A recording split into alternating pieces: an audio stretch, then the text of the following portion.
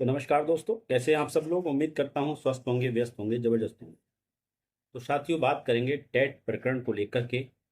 एक सवाल जहन में लगातार है, आप लोगों के कमेंट भी आए हैं कि 13 मई को जो सुनवाई हुई है उसका ऑर्डर, जैसा कि सभी जानते हैं, हमने भी अपनी वीडियो के माध्यम से आपको अवगत कराया कि ऑर्डर जो 13 मई को रिजर्व कर लिया गया था।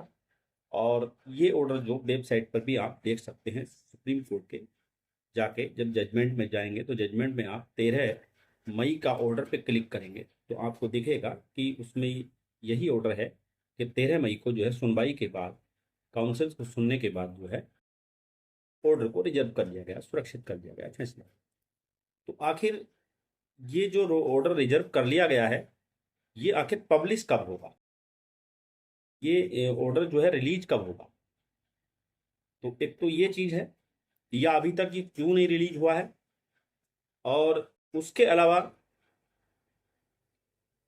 कुछ साथियों का कमेंट ये भी आया था कि जो जम्मू कश्मीर वाला एक केस था, रहबरे तालीम वाला, रहबरे तालीम स्कीम के तहत जिन लोगों की नियुक्तियां हुई थी उनको लेकर भी एक केस जो माननीय सुप्रीम कोर्ट में था, और उसमें जो है फैसला 30 अप्रैल को जो है उसमें फैसला आया। तो उसमें जो फैसला आया है वो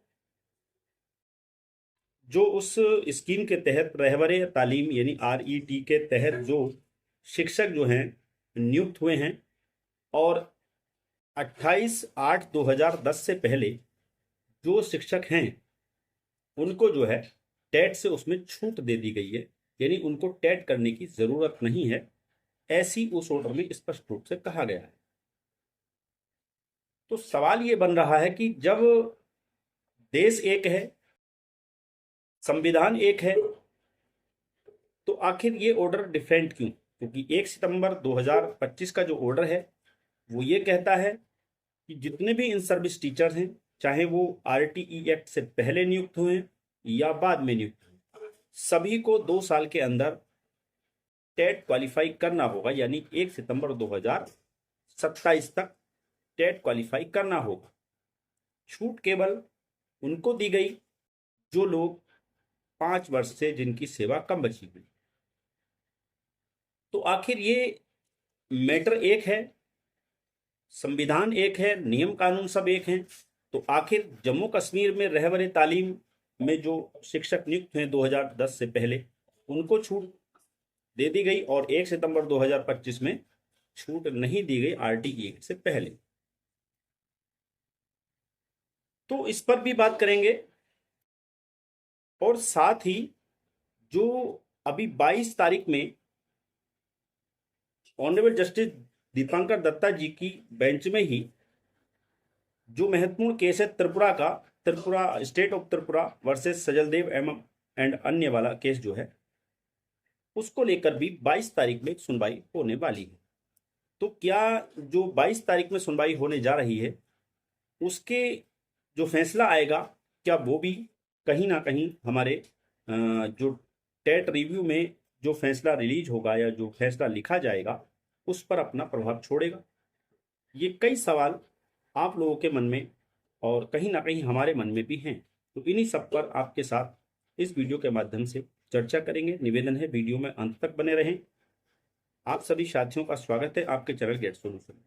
और साथ ही निवेदन है उन सभी साथियों से जो चैनल पर पहली बार विजिट कर रहे हैं या कहीं ना कहीं लगातार विजिट कर रहे हैं लेकिन चैनल को भी सब्सक्राइब नहीं किया है, तो चैनल को सब्सक्राइब कर लें, बेल आइकन को हिट कर लें, और जितने भी आपके शिक्षक साथी हैं उन तक इस वीडियो को साझा कर दें।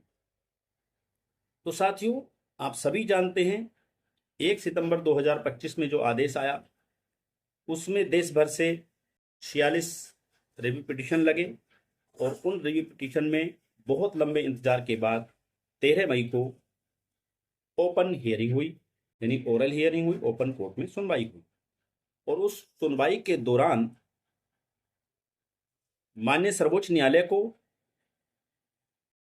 जो दिग्गज एडवोकेट्स थे, चाहे वो मुकुल रोहतगी जी हों, चाहे अभिषेक मनु सिंघवी हों, चाहे आपके सलमान खुर्शीद जी हों, चाहे PS पटवालिया जी हों, तो इन सभी एडवोकेट्स ने कोर्ट को सेटिस्फाई करने का प्रयास किया कि जो धारा 23 आरटीई एक्ट की जो धारा 23(2) है, उसमें जो प्रोवाइजो शब्द का इस्तेमाल किया गया है वो उनके लिए किया गया है जिसमें धारा 1 में जिन लोगों के लिए कहा गया है टेट को क्वालिफाई, यानी कि 23(1) में तो पर्सन शब्द का इस्तेमाल किया गया और 23(2) में जो इस्तेमाल किया गया है वो प्रिवीजो का करा गया।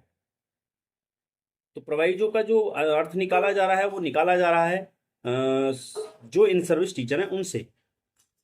तो इस बिंदु पर जो है इसका तोड़ जो है हमारे वकील वहां पर नहीं पेश किए गए, पेश कर पाए। लेकिन जो 30 अप्रैल का ऑर्डर है माननीय सर्वोच्च न्यायालय की दूसरी बेंच ने वो ऑर्डर दिया है, तो उसके ऑर्डर को भी यहाँ पर जो है कोट किया गया है और उसको रखा गया है और जज साहब ने कहा है कि ठीक है उसको भी हम कंसिडर करेंगे। तो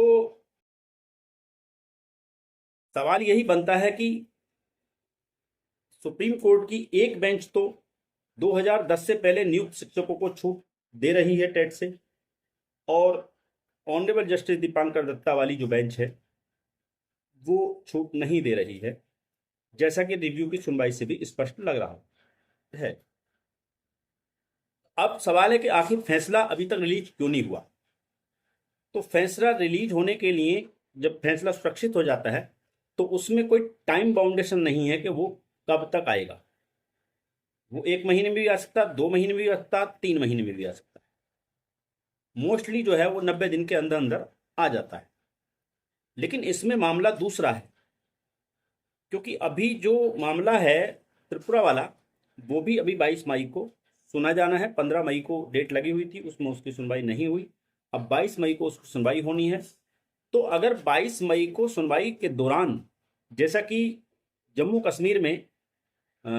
कश्मीर वाले मामले में RET जो स्कीम के तहत लोग लगे हैं उनको जो है रिलैक्सेशन दे दिया गया है, अगर इसी तरह से त्रिपुरा वाले मामले में भी अगर सजल देव एवं अन्य के पक्ष में मामला चला जाता है तो फिर कहीं ना कहीं ये मान के चले कि जो रिव्यू पिटीशन का जो ऑर्डर लिखा जाएगा उसमें दोनों ही ऑर्डरों को कंसीडर किया जाएगा। जो ऑर्डर त्रिपुरा वाले मामले में आने वाला है और जो ऑर्डर 30 अप्रैल को जम्मू वाले मामले में आ चुका है, उन दोनों ही ऑर्डरों को ध्यान में रखते हुए जो है ये जो 13 मई का जो फैसला है वो जब रिलीज होगा, लिखा जाएगा, तो इन दोनों ही केसों को जरूर उसमें कंसीडर किया जाएगा। ऐसा कई जगह होता है, ये कोई नई बात नहीं है कि अलग अलग बेंच एक ही मैटर में, एक जैसे मैटर में अलग अलग निर्णय दे देती हैं। ऐसा नहीं है, क्योंकि जो जम्मू एंड कश्मीर है उसकी जो परिस्थिति वो अलग हो सकती हैं, त्रिपुरा की अलग परिस्थितियां हो सकती हैं। तो ऐसे मिला के देखते हैं। अभी 22 मई को जो सुनवाई होने वाली है वो भी बहुत महत्वपूर्ण सुनवाई होने वाली है, और वो भी जो है हम पहले से कहते आ रहे हैं कि त्रिपुरा वाला मामला जो है वो रिव्यू पर जरूर इम्पैक्ट डालेगा। और कहीं ना कहीं आप मान के चलो कि अभी इसका ऑर्डर तब तक रिलीज नहीं होगा जब तक कि त्रिपुरा वाले मामले में सुनवाई नहीं हो जाती और त्रिपुरा वाले मामले में भी कोई फैसला नहीं आ जाता, क्योंकि त्रिपुरा वाला मामला और ये सारे मामले आपस में लिंक्ड हैं और मैटर एक दूसरे के साथ कहना चाहिए कि कहीं ना कहीं समानता रखते हैं और एक दूसरे से उलझे हुए हैं। तो 22 मई की सुनवाई होनी है और उस सुनवाई में देखते हैं क्या निर्णय आता है।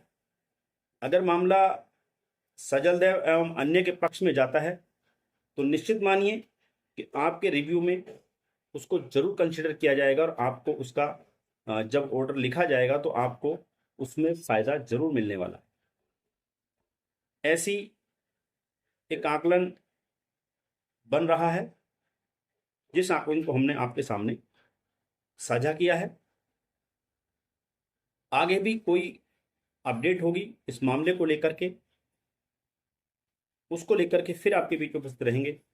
तब तक के लिए साथियों स्वस्थ रहिए, मस्त रहिए। नमस्कार, धन्यवाद। आपका दिन बहुत बहुत शुभ हो।